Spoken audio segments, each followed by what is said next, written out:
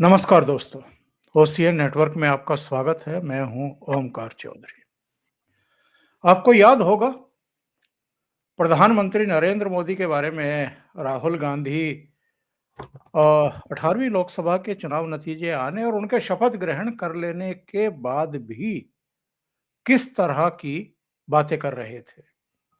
Media में, press के सामने, प्रेस कॉन्फ्रेंस में वो कहते थे कि हमने नरेंद्र मोदी की छवि को फाड़ दिया है। अब ये देश की जो महान जनता है, ये तो हर चीज देखती है, समझती है, कौन एरोगेंट है और कौन विनम्र है। तीसरी बार देश का प्रधानमंत्री बनने के बावजूद अगर नरेंद्र मोदी बेहद विनम्रता के साथ शपथ ग्रहण के बाद वहां उपस्थित लोगों के सामने भी पूरी तरह झुक कर के प्रणाम करते हैं और इस देश के सामने भी एक मैसेज भेजते हैं कि मैं पूरी तरह विनम्र हूं, आपने मुझे तीसरी बार सेवा का अवसर दिया है। और दूसरी तरफ जो तीसरी बार भी रिजेक्ट किया गया, वो कह रहा था कि हमने नरेंद्र मोदी की छवि को फाड़ दिया है। और जो एरोगेंसी उनकी पार्लियामेंट के भीतर, पार्लियामेंट के बाहर भी दिखाई दे रही थी, इस एरोगेंसी में और इस एरोगेंस में और बढ़ोतरी होने वाली थी अगर ये हरियाणा का चुनाव जीत जाते और वहां इनकी सरकार बन जाती, और ये महाराष्ट्र भी अगर भारतीय जनता पार्टी से छीन लेते, तो तब जरा देखते कि ये किस तरह का नंग नृत्य करते पार्लियामेंट के भीतर भी और पार्लियामेंट के बाहर भी। लेकिन कुछ घटनाएं ऐसी हो गई और अभी संविधान पर जो चर्चा हुई है पार्लियामेंट में, अभी तो लोकसभा में हुई है, राज्यसभा में अभी होनी है। इसमें जो प्रधानमंत्री ने करीब करीब 1 घंटा 49 मिनट का उद्बोधन किया है संविधान पर, तो मैं तो कहूंगा कि मोदी जी ने बड़े सभ्य शब्दों में, तर्कों के साथ, सारी चीजों का हवाला देते हुए, तथ्य रखते हुए, जवाहरलाल नेहरू से लेकर के उनकी बेटी और फिर इंदिरा गांधी के बेटे और इस समय की जो ये पीढ़ी है, जो अहंकार से चूर है, इन सबको फाड़ करके रख दिया है पूरी तरीके से। तो आज बात करेंगे इस मुद्दे पर भी, इसके अलावा इस पर भी कि साहब आगे की राजनीति कैसी होने वाली है। सीधे जुड़ लेते हैं, मेरे साथ बहुत ही वरिष्ठ और अनुभवी पत्रकार वीरेंद्र नाथ भट्ट जुड़ रहे हैं लखनऊ से। उनको जोड़ करके चर्चा को आगे बढ़ाएंगे। वीरेंद्र जी, बहुत स्वागत है आपका। नमस्कार वीरेंद्र जी, ये बताइए, प्रधानमंत्री नरेंद्र मोदी के बारे में तमाम तरह की अभद्र भरी भाषाएं, शब्दों का प्रयोग, और ये तो खैर पुराना इतिहास और इनकी कुंठा है। इनकी माताजी तो 2007 में ही मौत का सौदागर बता चुकी थी नरेंद्र मोदी को।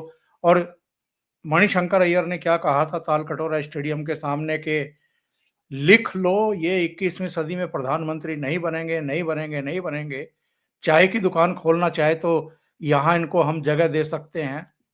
और आज खुद वो किस जगह हैं किसी को पता नहीं है, और कांग्रेस को वो कहां ले गए इसका भी शायद उनको अंदाजा नहीं है कि उन्होंने कांग्रेस को कितना बड़ा नुकसान पहुंचाया है। ये किस बात की एरोगेंस रहती है इनके दिमाग में, या कोई फ्रस्ट्रेशन है, या इनको लगता है कि निरंतरता में मनमोहन सिंह के बाद राहुल गांधी को इजीली प्रधानमंत्री बन जाना चाहिए था, पर नरेंद्र मोदी ने आकर के सब गुड़ गोबर कर दिया। गांधी परिवार के एक बहुत पुराने मित्र हैं राज थापर और रोमेश थापर। अब नहीं है दोनों दुनिया में। उन्होंने मैगजीन निकाली थी सेमिनार, दिल्ली की बहुत प्रसिद्ध मैगजीन है, आज भी निकलती है। उनकी पुत्री चलाती है मालविका सिंह। राज थापर ने किताब लिखी थी 80 के दशक में, ऑल दीज ईयर्स। उसमें उन्होंने किस तरीके से नेहरू के जमाने में, इंदिरा गांधी के जमाने में, राजीव गांधी के जमाने में किस तरीके से प्रधानमंत्री कार्यालय और प्रधानमंत्री के आवास से देश की सरकार का संचालन कैसे होता था, वो पुस्तक लोग पढ़ लें। और उनको लगेगा कि जैसे कि जो प्राइम मिनिस्टर ने जो कल कहा है लोकसभा में, उन्होंने कुछ नहीं कहा। जो उस परिवार के बड़े करीबी सदस्य थे, राज थापर, रोमेश थापर और मालविका सिंह भी आज भी उस परिवार की बड़ी घनिष्ठ हैं। उनकी माता जी क्या लिख गई उस पुस्तक में, और वो किताब बाजार में तो बहुत महंगी है, लेकिन लोकसभा वो संसद की लाइब्रेरी में है। वो मैंने उसको जो है वो मुझे उपलब्ध हो गई है मेरे पास, मैंने पूरी पढ़ी है। बिल्कुल देश को ऐसे चलाती थी इंदिरा गांधी, राजीव गांधी और नेहरू जैसे कि उनकी निजी जागीर हो। बड़े बड़े मामलों में, अंतर्राष्ट्रीय मुद्दों में चंद जो है, जो परिवार के जो दरबारी हैं, उनसे राय मशविरा होता था। और जो एक सिस्टम था कि एक कैबिनेट है, एक मंत्रिमंडल है, मंत्री से सलाह ली जाएगी, कैबिनेट कमेटी ऑन सिक्योरिटी पे मामला आएगा, कैबिनेट कमेटी ऑन डिफेंस पे मामला आएगा, इंटरनल सिक्योरिटी पे मामला आएगा, उस पर चर्चा होगी, और एक बाकायदे पॉलिटिकल एग्जीक्यूटिव की जो एक जवाबदेही और जो एक काम करने का सिस्टम होता है, जिसमें पूरी अपोजिशन तक इन्वॉल्व होता है, उसका पूरा ब्यौरा है उसमें। अभी हाल में किताब लिखी है नीरजा चौधरी ने, how the prime ministers decide. उसमें भी नेहरू, इंदिरा गांधी, राजीव गांधी के दौर में, मनमोहन सिंह के दौर में कैसे देश चला है, वो भी देख लेना चाहिए। संजय बारू मनमोहन सिंह के मीडिया एडवाइजर थे, उन्होंने किताब लिखी है 10 साल पहले भी, Manmohan Singh the accidental prime minister. उसमें देख लेना चाहिए कि मनमोहन सिंह देश के लिए प्राइम मिनिस्टर थे या सोनिया गांधी के लिए प्राइम मिनिस्टर थे। और कल प्राइम मिनिस्टर ने अपने भाषण में नेशनल एडवाइजरी काउंसिल का भी उल्लेख किया था कि कैसे एक सुपर प्राइम मिनिस्टर को बना दिया गया था, जहां पे केंद्रीय मंत्री और सीनियर ब्यूरोक्रेट्स जहां जाके वहां सलामी बजाते थे, और नेशनल एडवाइजरी काउंसिल का संविधान में कोई प्रोविजन ना होते हुए भी Sonia Gandhi was the super prime minister. तो मैं तो कहूंगा कि प्राइम मिनिस्टर ने कल बहुत सस्ते में छोड़ दिया, तो उन्होंने सारा सारा ब्यौरा रखा नहीं है। तो वही जो सेंस ऑफ एंटाइटलमेंट है कि हमारा अधिकार है, मेरे पिताजी प्राइम मिनिस्टर, मेरे पिताजी की माताजी प्राइम मिनिस्टर, मेरे पिताजी की माताजी के पिताजी प्राइम मिनिस्टर, और मनमोहन सिंह तो खैर उनके पारिवारिक नौकर ही थे। और जिस आदमी का जन्म ही प्राइम मिनिस्टर हाउस में हुआ हो, जिसने अपनी दादी को प्राइम मिनिस्टर के रूप में देखा हो, जिसने अपने पिता को प्राइम मिनिस्टर के रूप में देखा हो, और जो 10 साल मनमोहन सिंह से जब चाहते थे तब पहुंच जाते थे, कभी उनको मनमोहन सिंह से मिलने के पहले समय लेने की आवश्यकता महसूस नहीं हुई। तो एक ऐसा व्यक्ति आ गया है जो बिल्कुल एक ऐसे सामान्य परिवार से आया है, और पिछड़ी जाति से आया है, जो राष्ट्रीय स्वयंसेवक संघ का एक सामान्य स्वयंसेवक संघ था, तो स्वयंसेवक था, एक वॉलंटियर था, कार्यकर्ता था, और संगठन का काम करते करते आगे बढ़ा वो व्यक्ति। भारतीय जनता पार्टी का राष्ट्रीय महामंत्री, वो पहले गुजरात में नगर निगम का चुनाव का जिम्मा था उनके पास, राज्य की इकाई का जिम्मा आया, फिर बीजेपी के राष्ट्रीय महामंत्री बने, फिर मुख्यमंत्री बने, और फिर प्रधानमंत्री बने। तो नरेंद्र मोदी ने जिस तरीके से एक सामान्य नागरिक के रूप में as chief minister and as prime minister जो उनका आचरण है, ये नेहरू से लेके मनमोहन सिंह तक तो कभी रहा नहीं। और जिस तरीके से नरेंद्र मोदी ने अपने कल्याणकारी योजनाओं के जरिए जनता तक सीधी जो एक संवाद कायम किया, जो सीधी पहुंच बनाई, 25 करोड़ लोगों को गरीबी की रेखा के ऊपर आया, और आज भारत में एक्सट्रीम पॉवर्टी या एक्यूट पॉवर्टी नाम की जो गरीबी है, वो सदैव के लिए मुक्त हो चुकी है। कल ही एक डाटा आया है कि 1 अप्रैल 2000 से लेकर के सितंबर 2024 के बीच में 24 सालों में भारत में जो विदेशी निवेश आया है, $1 ट्रिलियन था। उस $1 ट्रिलियन में 70% यानी $700 बिलियन नरेंद्र मोदी के 10 साल में आया। अभी $700 बिलियन का जो पैसा आया, जो विदेशी निवेश आया, ये भारत सरकार के विज्ञापन देख करके नहीं आया। ये विदेशी निवेशक है, ये बहुत ठोक बजा के निवेश करता है, और ये देखता है कि भारत की इकोनॉमी के फंडामेंटल्स क्या हैं। हमारा निवेश, जो पैसा हम यहाँ लगा रहे हैं, क्या इसमें हमको रिटर्न मिलेगा 10% से 14% या नहीं मिलेगा। तो ये इतनी ठोस चीजें हैं, और इस सब के चलते इनके पास कोई मुद्दा नहीं था। इन्होंने और 2024 के लोकसभा चुनाव में फर्जी मुद्दा बनाया, संविधान खतरे में है, आरक्षण खत्म हो जाएगा और सरकार के खिलाफ कुछ बातों को लेकर के, जैसे यूपी में, महाराष्ट्र में या कुछ राजस्थान में और बंगाल में 4 जगह बीजेपी की सीटें कभी 5वीं कम हो गई हरियाणा में। तो सरकार को जो है जो उम्मीद थी उससे उसके सीटें बहुत कम मिली और फिर मैं कहूंगा कि ये बीजेपी का भी अहंकार था कि अब की बार 400 पार। जब आप 10 साल सरकार आप चला चुके हैं, आपने सारी नीतियों को सफलतापूर्वक लागू किया, आपने आर्टिकल 370 को भी खत्म किया, आर्टिकल 35A को भी खत्म किया, अयोध्या में मंदिर निर्माण का कार्य भी प्रारंभ कर दिया और अपोजिशन जो है कृषि कानून के अलावा सरकार के रास्ते में किसी मामले पे बाधा नहीं खड़ी कर पाया। तो आपने ये नहीं बताया कि अब की बार 400 पार आपको क्यों चाहिए। तो आपने विपक्ष को मौका दे दिया कि वो आपके खिलाफ षड्यंत्र की नई नई कहानियों को बुनता और उसमें वो एक हद तक सफल भी रहा। तो इससे इनको लग गया कि बस अब तो हमने बीजेपी को गिरा लिया, अब तो बीजेपी का जो ऑनवर्ड जर्नी थी उसको हमने रोक लिया, अब हम बीजेपी को अब हम हरा सकते हैं। राहुल गांधी ने आप याद करिए जून 2024 के लोकसभा चुनाव परिणाम के बाद कितने अहंकार भरे बयान दिए थे। हमने नरेंद्र मोदी का आत्मविश्वास तोड़ दिया है, हमने नरेंद्र मोदी की छवि को ध्वस्त कर दिया है, हमने नरेंद्र मोदी के 56 इंच के सीने को जो है भेद दिया है। अब नरेंद्र मोदी कभी जो और ये सरकार बहुत कमजोर सरकार है, ये सरकार तो माइनॉरिटी की सरकार है। खड़गे साहब तो यहाँ तक बोलते थे कि अभी हम अपना सरकार बनाने का दावा ठोकने नहीं जा रहे हैं, लेकिन ये जो है केवल 4 महीने इनका ये जो इनका अति उत्साह था केवल 4 महीने रहा और 8 अक्टूबर 2024 को जब हरियाणा विधानसभा का चुनाव आया तो पिछले 3 विधानसभा चुनाव की तुलना में हरियाणा में बीजेपी की बेस्ट परफॉर्मेंस थी और उसका अपने दम पर बहुमत आया और 90 में उसको 48 सीटें मिली। और ये भी और ये आप देखिए कैसे हारी हुई बाजी बीजेपी ने जीती है। कांग्रेस और बीजेपी के बीच के जो मतों का अंतर है वो मात्र 0.84% है, यानी 1% से भी कम है, लेकिन सीटों में जो अंतर है वो करीब 11 सीटों का अंतर है। और और उसके बाद कांग्रेस का राग शुरू हो गया, ईवीएम शांत हो गया। फिर आया महाराष्ट्र का 23 नवंबर को महाराष्ट्र विधानसभा का परिणाम आया। वहां पर जो है अब आपने देखा कि कांग्रेस, एनसीपी, शरद पवार और उद्धव ठाकरे की शिवसेना, इन तीनों की सीटें मिला करके शिवसेना एकनाथ शिंदे गुट से कम है, ये स्थिति है।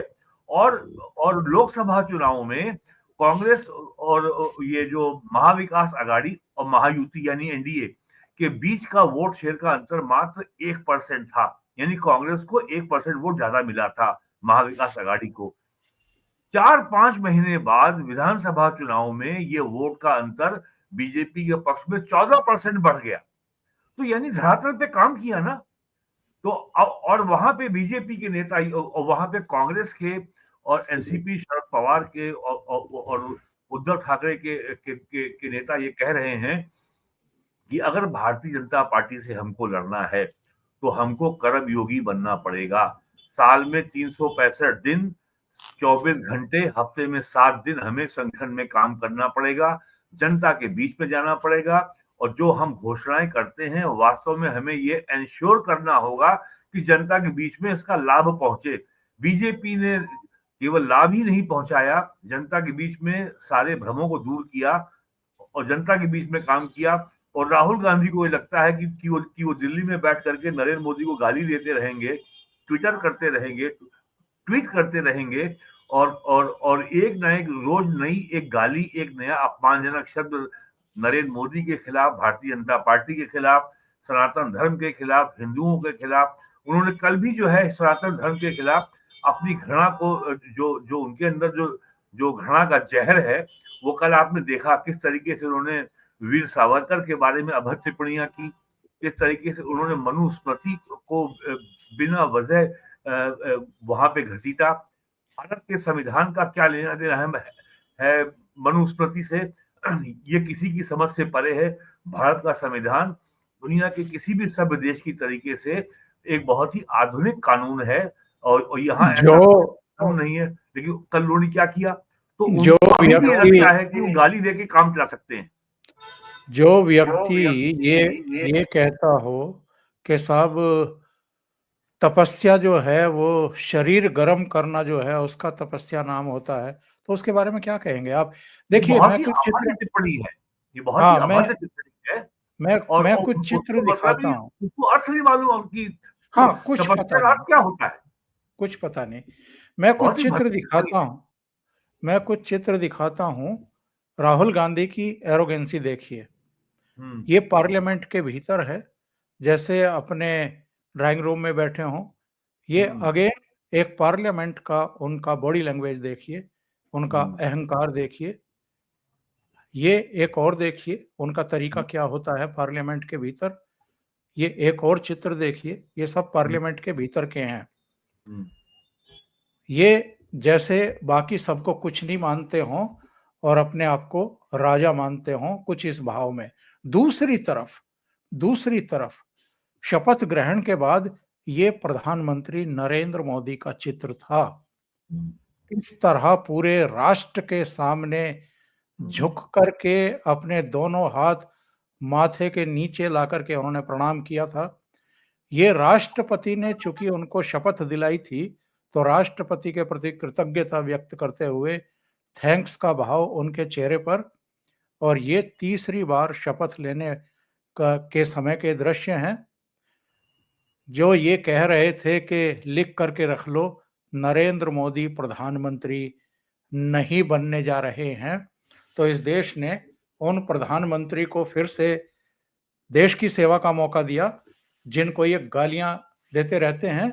और इनकी बॉडी लैंग्वेज देख लीजिए और प्रधानमंत्री नरेंद्र मोदी की उदारता, विनम्रता और थैंकफुलनेस, वो सारे भाव उनकी बॉडी लैंग्वेज में दिखाई देते हैं। मैं एक और सवाल पूछता हूं वीरेन जी। प्रियंका गांधी वाड्रा के बारे में तो बड़ी आबो हवा बना करके रखी गई थी कि जिस दिन वो आएंगी उस दिन तो छा जाएंगी। आपने भी उनका भाषण सुना होगा। कितना जी। प्रभावित हुए आप उनसे? मेरा ख्याल है कि प्रियंका गांधी का भाषण में 19-20 का भी अंतर नहीं था राहुल गांधी की तुलना में, क्योंकि जो उनका जो एक जो सामंती अहंकार है, जो उनका सेंस ऑफ एंटाइटलमेंट है, अधिकार है कि हम हमारा जो कि सरकार में रहना हमारा अधिकार है, उसमें उनमें और राहुल गांधी में कोई अंतर नहीं था।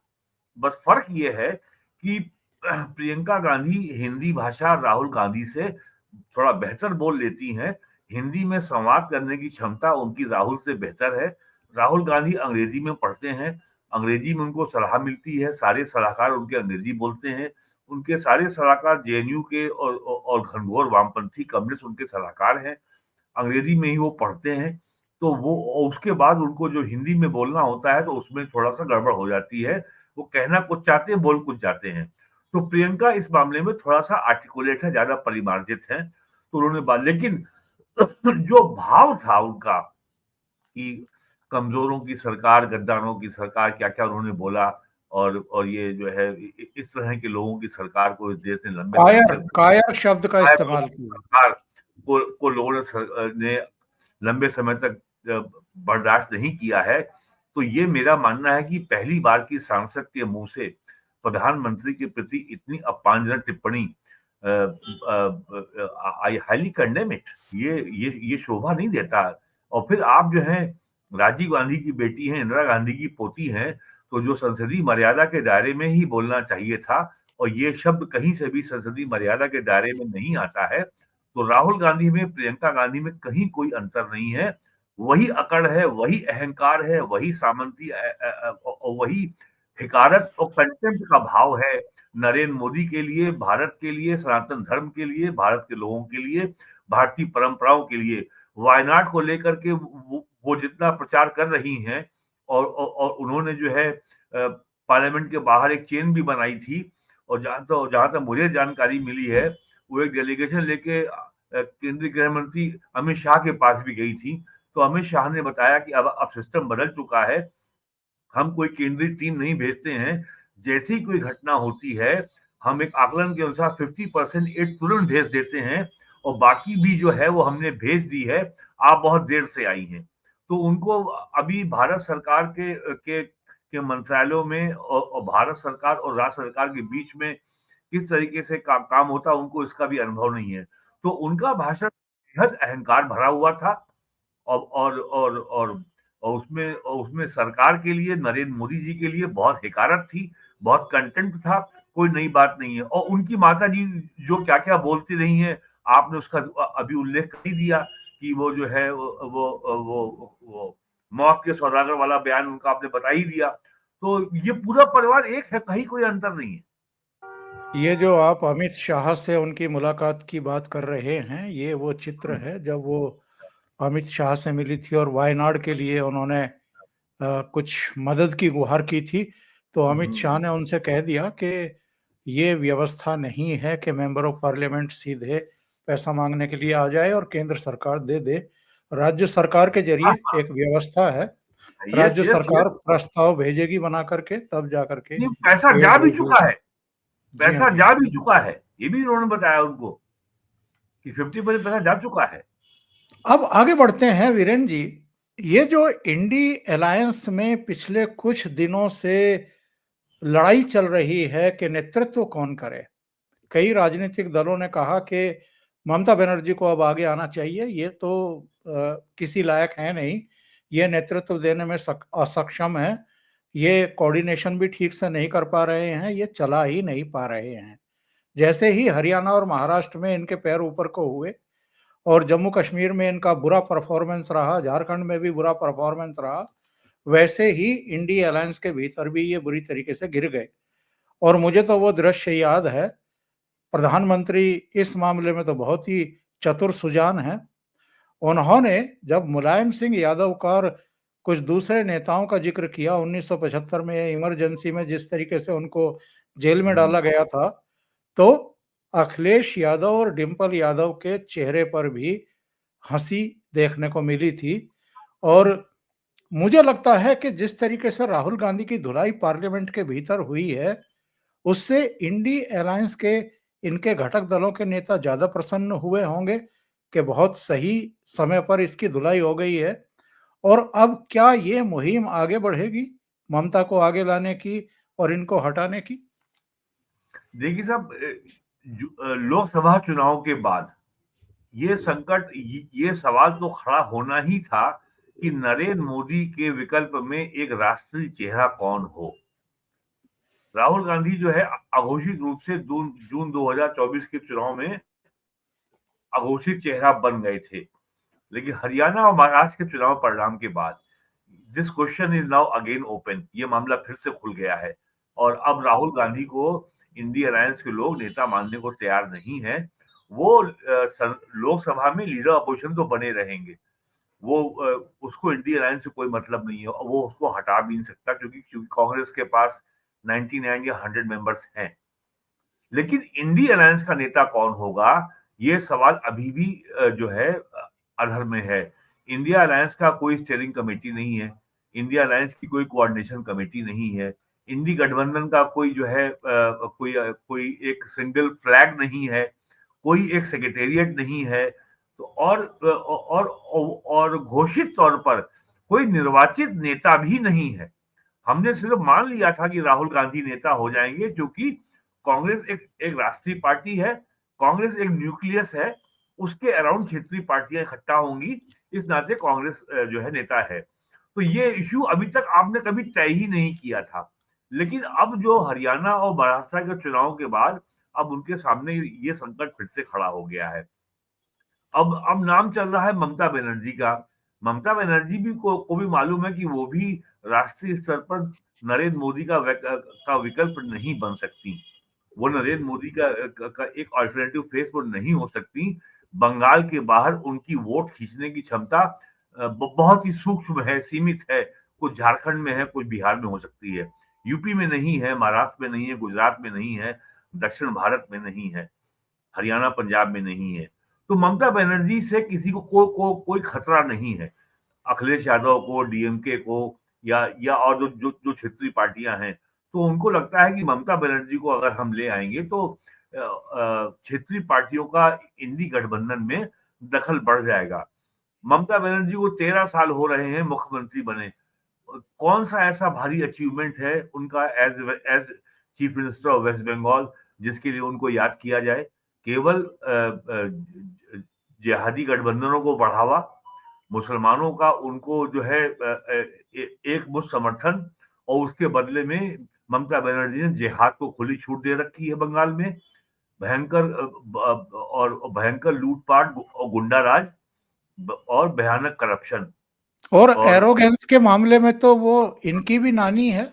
और अपने विरोधियों का क्रूरता से दमन। कोई भी आदमी बोल दे, सोशल मीडिया पे बोल दे, तो सीधे जेल होती है वहां पे, वो चाहे यूनिवर्सिटी का प्रोफेसर हो, चाहे वो शासन का नेता हो। तो ये तो है ममता बनर्जी का रिकॉर्ड। लेकिन क्या ममता बनर्जी को जो सीपीएम क्या स्वीकार करेगी? नहीं करेगी। तो ममता बनर्जी का नाम केवल और सबसे बड़ी जो कुंठा है वो तो समाजवादी पार्टी को है। अखिलेश यादव की शिकायत ये है कि इंडी गठबंधन में सबसे नंबर 2 की पार्टी वो है, हमारे 37 एमपी हैं और उनका कहीं नाम ही नहीं आ रहा, उन्हें कोई पूछ ही नहीं रहा है। और कांग्रेस कभी चाहेगी भी नहीं कि उत्तर प्रदेश जैसे राज्य में कोई बैकवर्ड कास्ट का नेता आगे बढ़े, वो कभी नहीं चाहेगी। तो इंडी गठबंधन का जो जो एनडीए है वो एक आज का नहीं है, वो लगभग आज उसको 30 साल हो गए हैं। तो एनडीए एक प्रोग्राम पे आधारित एक पार्टी है जहां पर सारे दल एक एजेंडा पर और एक कार्यक्रम पर सहमत हैं, जहां पे पर्सनालिटी को लेकर के, व्यक्ति को लेकर के कोई विवाद नहीं है। एक प्रोग्राम, एक एजेंडा के आधार पर सारी पार्टियां इसमें आई हैं। और केवल एक बड़ी पार्टी थी, वो है बिहार के मुख्यमंत्री, वो कभी आए कभी गए। लेकिन आप देखिए, खासकर पिछले 10 साल का इतिहास है, आप अगर देखिए तो एनडीए के जो घटक दल हैं, जो गठबंधन साथी हैं, वो लगभग सब स्टेबल हैं। ऐसा नहीं है कि वो आ रहे हैं जा रहे हैं, आ रहे हैं जा रहे हैं, या वो कभी नरेंद्र मोदी की लीडरशिप को लेके कभी वो कोई सवाल उठाते हों, या कभी किसी मेजर पॉलिसी इशू पे वो सवाल उठाते हों, या सरकार के लिए परेशानी या एम्बैरेसमेंट की सिचुएशन को पैदा करते हों। ऐसा कभी नहीं होता। इंडी गठबंधन केवल इसलिए बना है कि मोदी को हटाओ। तो मोदी हटाओ तो ठीक है, उसके बाद क्या होगा? क्या सरकार चलाने के लिए आपके पास कोई एजेंडा, कोई कॉमन मिनिमम प्रोग्राम, कोई देश के लिए विजन, क्या क्या क्या कुछ है? पिछले 10 साल से नरेंद्र मोदी के खिलाफ विश्व भवन के अलावा कांग्रेस ने किया क्या है? और पिछले 10 साल में आज प्राइम मिनिस्टर मोदी का 11वां साल चल रहा है, आप एक मुद्दे को नरेंद्र मोदी के खिलाफ नहीं बता पाए। आप ये कह सकें कि नरेंद्र मोदी सरकार का यह नीति, यह आदेश, यह कार्यक्रम राष्ट्रहित में नहीं था, जनहित में नहीं था। केवल आपने घृणा भरे नारे लगाए, चौकीदार चोर है। रफाल फ्रांस की कंपनी से फाइटर जेट खरीदा गया, तो आपने अमेरिकी कंपनियों के इशारे पर नरेंद्र मोदी के खिलाफ आपने विश्वमन किया। लेकिन अगर भारत सरकार अमेरिका की लॉकहीड कंपनी से या बोइंग कंपनी से फाइटर जेट खरीदती, तो मैं ये दावे से कह रहा हूं राहुल गांधी उसके ऊपर कभी जबान नहीं खोलते। तो और अब जिस तरीके से भारतीय जनता पार्टी ने इनके ऊपर खुला हमला बोला है, लोकसभा में निशिकांत दुबे ने, राज्यसभा में सुधांशु त्रिवेदी ने, और भारतीय जनता पार्टी कार्यालय में प्रेस कॉन्फ्रेंस करके संबित पात्रा ने, राहुल गांधी के पास जवाब नहीं है चीजों का। तो आप जो कर रहे हैं, और पिछले 10 साल में केवल नरेंद्र मोदी के खिलाफ एक जहरीली कैंपेन के अलावा, एक विलिफिकेशन कैंपेन के अलावा आपने किया क्या है? आपने एक आंदोलन किया? और पहले आपने कहा कि मैं पहले बोल चुका हूं, जीएसटी आया तो बोला गब्बर सिंह टैक्स, फिर आपने बोला गृहस्थी सर्वनाश टैक्स। अरे भाई, 2005 में जब यूपीए की सरकार थी तो केंद्रीय वित्त मंत्री पी चिदम्बरम ने लोकसभा में जीएसटी बिल को इंट्रोड्यूस किया था। 10 साल संसद की स्टैंडिंग कमेटी के पास पड़ा रहा। नरेंद्र मोदी की सरकार ने राज्यों के साथ सहमति बनाई और 2017 में बिल पास हो गया। जीएसटी की काउंसिल में हर राज्य का वित्त मंत्री शामिल है, और उसमें कोई भी फैसला ये नहीं आप कह सकते कि वो बीजेपी का फैसला है। जीएसटी काउंसिल में सारे फैसले सर्वसम्मति से होते हैं, यूनानिमस होते हैं। आज तक जीएसटी काउंसिल में कभी वोटिंग की नौबत नहीं आई। तो आप जो और 2016 में 8 नवंबर को नोटबंदी हुई थी। 8 साल बाद आज जब 20 विधानसभा में चुनाव हो चुके हैं, दो लोकसभा के चुनाव हो चुके हैं, 19 में, 24 में, और सरकार आज भी आराम से काम कर रही है, जनता का विश्वास उसको हासिल है। लेकिन आज भी आप जो है नोटबंदी का मामला उठाते हैं। तो पहले ये तो बताइए आपका विरोध किस बात से है? और मैं तो साफ कहता हूँ, ये पूरे इंडी गठबंधन के पास कोई मुद्दा नहीं है, कोई विरोध नहीं है, केवल घृणा है, केवल नफरत है। आप जरा समाजवादी पार्टी के नेताओं के बयान देख लीजिए, बिहार में लालू यादव की पार्टी के लोगों के बयान देख लीजिए, सनातन धर्म के बारे में, हिंदू के बारे में, राम मंदिर के बारे में। आप तमिलनाडु में डीएमके के मुख्यमंत्री और उनके बेटे स्टालिन के बयान सुन लीजिए, क्या बोलते हैं वो, कि सनातन धर्म तो कोड़ है, कोरोना वायरस है, HIV एड्स है, और क्या क्या गंदे नाम उन्होंने बोले हैं। तो विरोध और घृणा दो अलग चीजें हैं।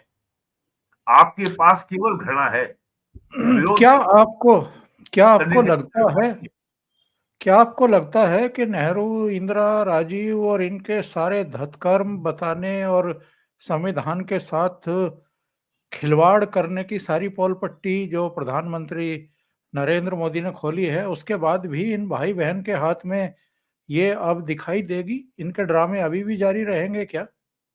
देखिए, कांग्रेस के पास, इंडी गठबंधन के पास दो संकट है। आइडेंटिटी क्राइसिस है, पहचान का संकट है, और मुद्दे का संकट है। हम जमाने से सुनते आए थे कि विपक्ष के पास मुद्दों का अभाव है, इसलिए वो अनर्गल प्रचार कर रहा है। ये हम वास्तव में होता हुआ देख रहे हैं, अनर्गल प्रचार हो रहा है। और इनके पास यदि कोई और अगर दिल्ली विधानसभा में चुनाव होने जा रहा है, और जैसा कि सर्वे बता रहे हैं, बीजेपी को वहां पे स्पष्ट बहुमत मिलने जा रहा है। यदि बीजेपी को स्पष्ट बहुमत मिल गया, तो इनका जो जो मुद्दे के अभाव से पैदा हुआ जो संकट है, वो और गहरा होगा। और जब तक इनके मुद्दे का संकट, जब इनके पास इश्यू जब तक नहीं आएगा, और जब तक ये मुद्दा हल नहीं हो जाता है, तब तक ये ऐसी संविधान हवा में लहराते रहेंगे। और राजनाथ सिंह जी ने अपने भाषण में कहा है कि संविधान हमारे लिए एक एक पूज्य पुस्तक है, हम इसके अनुसार अपना आचरण तय करते हैं। आप तो जेब में लिए घूमते हैं, तो संविधान हमारे लिए जेब में रखने की पुस्तक नहीं है। संविधान का पालन करना, ये हमारे आचरण की शैली है। तो राजनाथ सिंह जी ने भी जो है राहुल गांधी को एक संदेश दे दिया था कि ये जो गिमिक्री आप कर रहे हैं संविधान के साथ, ये जो खिलवाड़ आप कर रहे हैं, इससे देश में बहुत अच्छा सकारात्मक संदेश नहीं जा रहा है। बहुत बहुत धन्यवाद वीरेंद्र जी, इतना समय निकालने के लिए और महत्वपूर्ण मुद्दे पर चर्चा करने के लिए। Thank you so much. नमस्कार।